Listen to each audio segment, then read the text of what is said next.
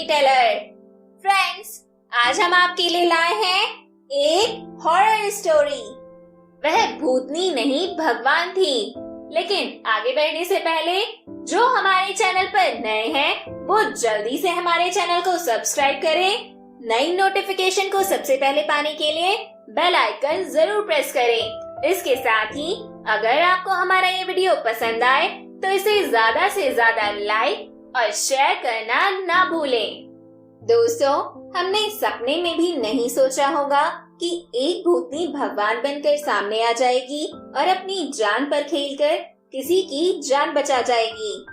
जी हाँ, यह कहानी एक ऐसी ही भूतनी की है जो मकरेड़ा से टिकरहिया जाने वाली छोटी लाइन पर घूमती रहती थी और लोगों के साथ ही जानवरों आदि की जान भी बचाया करती थी। बात बहुत पहले की है। एक बार रमेशर काका अपने बेटे से मिलने लखनऊ गए हुए थे। वे शाम को लगभग 4 बजे लखनऊ से ट्रेन पकड़कर मकरेड़ा के लिए रवाना हुए। मकरेड़ा पहुंचने में रात के करीब 10 बज गए। मकरेड़ा पहुंचने के बाद उन्होंने सोचा कि शायद इस समय टिकरहिया जाने के लिए कोई गाड़ी मिल जाए। टिकरहिया और मकरेड़ा के बीच मात्र 6 से 7 किलोमीटर की दूरी थी और इस रूट पर 1-2 पैसेंजर गाड़ियां दौड़ा करती थी, पर मकरेड़ा से टिकरहिया होकर आगे जाने वाली रात वाली पैसेंजर ट्रेन निकल चुकी थी। अब रमेशर काका सोचने लगे कि वह क्या करें। पहले तो उन्होंने वह रात स्टेशन पर ही गुजारने की सोची, पर फिर पता नहीं उन्हें क्या सूझा कि अपना झोला झंटा उठाए और रेल की पटरी पकड़कर मकरेड़ा से टिकरहिया की ओर पैदल चल दिए।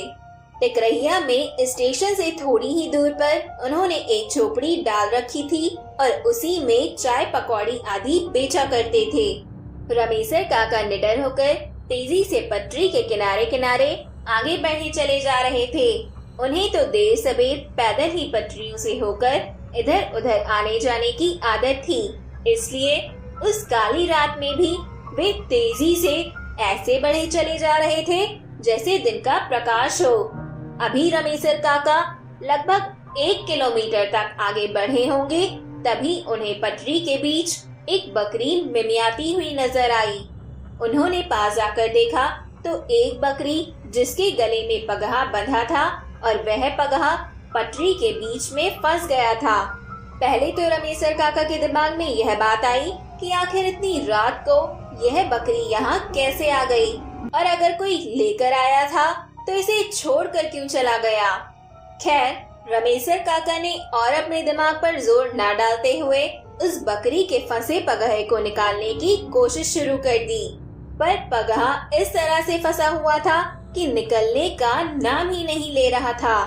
इसी दौरान उस लाइन से होकर एक मालगाड़ी धीमी गति से आगे बढ़ रही थी। रमेशर काका उस बकरी के पगहे को निकालने में इतने मशगूल थे कि उन्हें आती हुई ना मालगाड़ी की सुध थी और ना ही उन्हें उसकी आवाज सुनाई दे रही थी। धीरे धीरे वह मालगाड़ी रमेशर काका के काफी करीब आ गई। अरे यह क्या!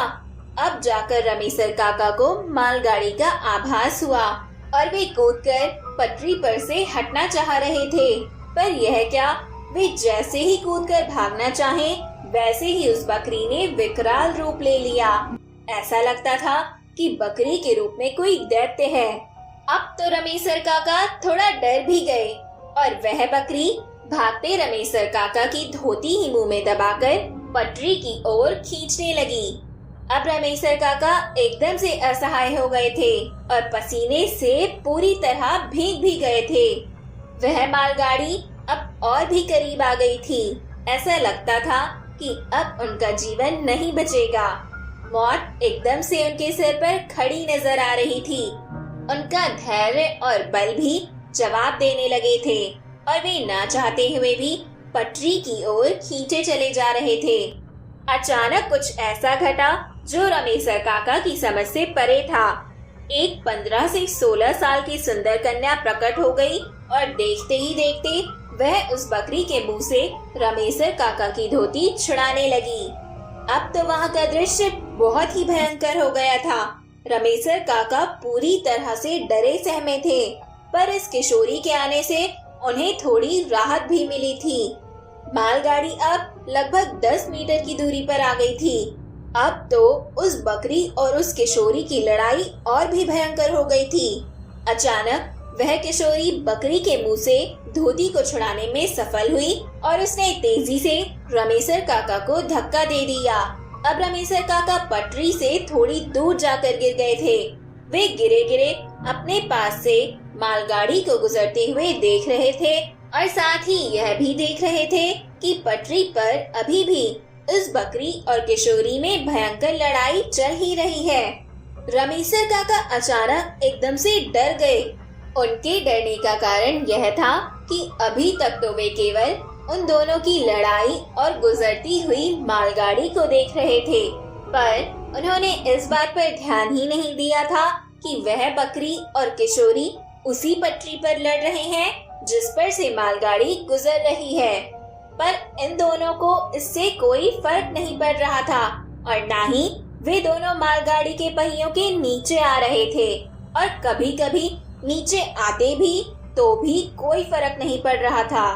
अब तो रमेसर काका एकदम से पीले पड़ गए, पर उन्हें इस बहादुर भूतनी लड़की के बारे में पता था। उन्होंने कई लोगों से इस बहादुर भूतनी के किस्से सुन रखे थे जो रेलवे लाइन के आसपास मुसीबत में पड़े लोगों, जानवरों आदि की जान बचाती रहती थी। अब मालगाड़ी गुजर चुकी थी, पर उन दोनों की लड़ाई अभी भी जारी थी। अचानक लड़की ने कसकर उस बकरी के पगाए को उसके गले में लपेटकर खींचना शुरू किया। ऐसा लगा कि उस बकरी का गला पूरी तरह से दब गया और वह एक भयंकर आवाज में मिमियाई। फिर लड़की को पता नहीं क्या सूझा कि उसने उसका पगाह छोड़ दिया। पगाह छोड़ते ही वह बकरी मिमियाते हुए पता नहीं कहाँ गायब हो गई। अब वह लड़की धीरे धीरे रमेसर काका की ओर बढ़ने लगी। रमेसर काका ने थूक सटक लिया। उन्हें डर भी लग रहा था, पर उन्हें यह भी पता था कि यह भूतनी उनका बुरा नहीं करेगी। भूतनी धीरे धीरे रमेसर काका के पास पहुंची। रमेसर काका अब उठकर बैठ गए थे। लड़की ने हाथ देकर रमेसर काका को उठाया और दूर पड़े उनके झोले को लाकर उन्हें दे दिया। अब रमेसर काका थोड़ा सहज हो गए थे। लड़की ने उन्हें अपने साथ साथ चलने के लिए कहा। अब रमेसर काका उस लड़की के साथ तेज कदमों से पटरियों पर बढ़े चले जा रहे थे। कुछ दूर चलने के बाद अचानक रमेसर काका उस लड़की का हाथ छोड़ते हुए थोड़ा हकला कर बोले, बेटी तू कौन है और इतनी रात को इस सुनसान जगह पर क्यों घूम रही थी? लड़की पहले तो थोड़ा सिसकी, पर फिर संभल कर बोली, काका 5 से 7 साल पहले मैं अपने माता पिता के साथ इसी पटरी के किनारे एक मड़ई में रहती थी। मेरे माता पिता छोटे मोटे काम करके गुजारा करते थे। मैं बकरियों को चराने का काम करती थी। अचानक एक दिन मेरी यही बकरी जो अभी मुझसे लड़ रही थी, इसका पैर पटरी में फंस गया। तभी एक ट्रेन भी आ गई। मैंने उसे बचाने की बहुत कोशिश की और इस कोशिश में इस बकरी के साथ मैं भी भगवान को प्यारी हो गई। इतना कहने के बाद वह किशोरी फूट फूट कर रोने लगी। अब रमेसर काका की हिम्मत थोड़ी बढ़ी और उन्होंने प्रेम से उस किशोरी के सिर पर अपना हाथ रख दिया। किशोरी थोड़ी शांत हो गई। कुछ देर चुप्पी छाई रही। फिर रमेसर काका ने पूछा कि बेटी, पर वह बकरी मुझे मारना क्यों चाहती थी? इस पर उस किशोरी ने कहा कि दरअसल उस बकरी को लगता है कि उसकी जान ड्राइवर ने ली थी और उसके बाद से वह हमेशा इंसानों को मारने की कोशिश करती है, जबकि मैं उसे बार बार समझाने की कोशिश करती हूँ कि उसकी और मेरी मौत उस ड्राइवर की वजह से नहीं, अपितु बकरी की गलती से हुई थी। पर वह किसी भी कीमत पर यह मानने को तैयार नहीं है। बातों ही बातों में रमेसर काका उस किशोरी के साथ टिकरहिया स्टेशन के पास पहुंच गए। लड़की ने कहा कि काका अब आप चले जाइए, मैं इसके आगे नहीं आ सकती। पर रमेसर काका ने उससे कहा कि बेटी तू बहुत ही अच्छी है और मैं चाहता हूँ कि तू भी मेरे घर चले, मेरी बेटी जैसी रहे। काका की इन बातों को सुनकर वह किशोरी थोड़ी भावुक हुई, पर ऐसा नहीं हो सकता है, ये कहकर जाने लगी। रमेसर काका की माने तो वह किशोरी बराबर रमेसर काका को दिख जाती थी और कभी कभी उन दोनों में बातें भी होती थी। एक दिन रमेसर काका ने उसकी आत्मा की शांति के लिए एक छोटा सा अनुष्ठान कराया और कहा जाता है कि उसके बाद वह किशोरी कभी नहीं दिखी। शायद उसकी आत्मा को मुक्ति मिल चुकी थी। तो दोस्तों, हमारी ये कहानी भी यहीं पर खत्म होती है और अब बारी है चाणक्य नीति के एक सूत्र की। नौकर की परीक्षा तब करें जब वह कर्तव्य का पालन न कर रहा हो। रिश्तेदार की परीक्षा तब करें जब आप मुसीबत में घिरे हो। मित्र की परीक्षा विपरीत परिस्थितियों में करें और जब आपका वक्त अच्छा न चल रहा हो तब पत्नी की परीक्षा करें। तो फ्रेंड्स, चाणक्य नीति के इस सूत्र को हमेशा ध्यान में रखिएगा और मेरे साथ मिलकर एंजॉय करते रहिएगा मेरी इंटरेस्टिंग ऑडियो टेल्स। हम सब फिर मिलेंगे नेक्स्ट वीडियो में एक नई कहानी के साथ। Till then, keep sharing and don't forget to like, comments and subscribe. Thank you.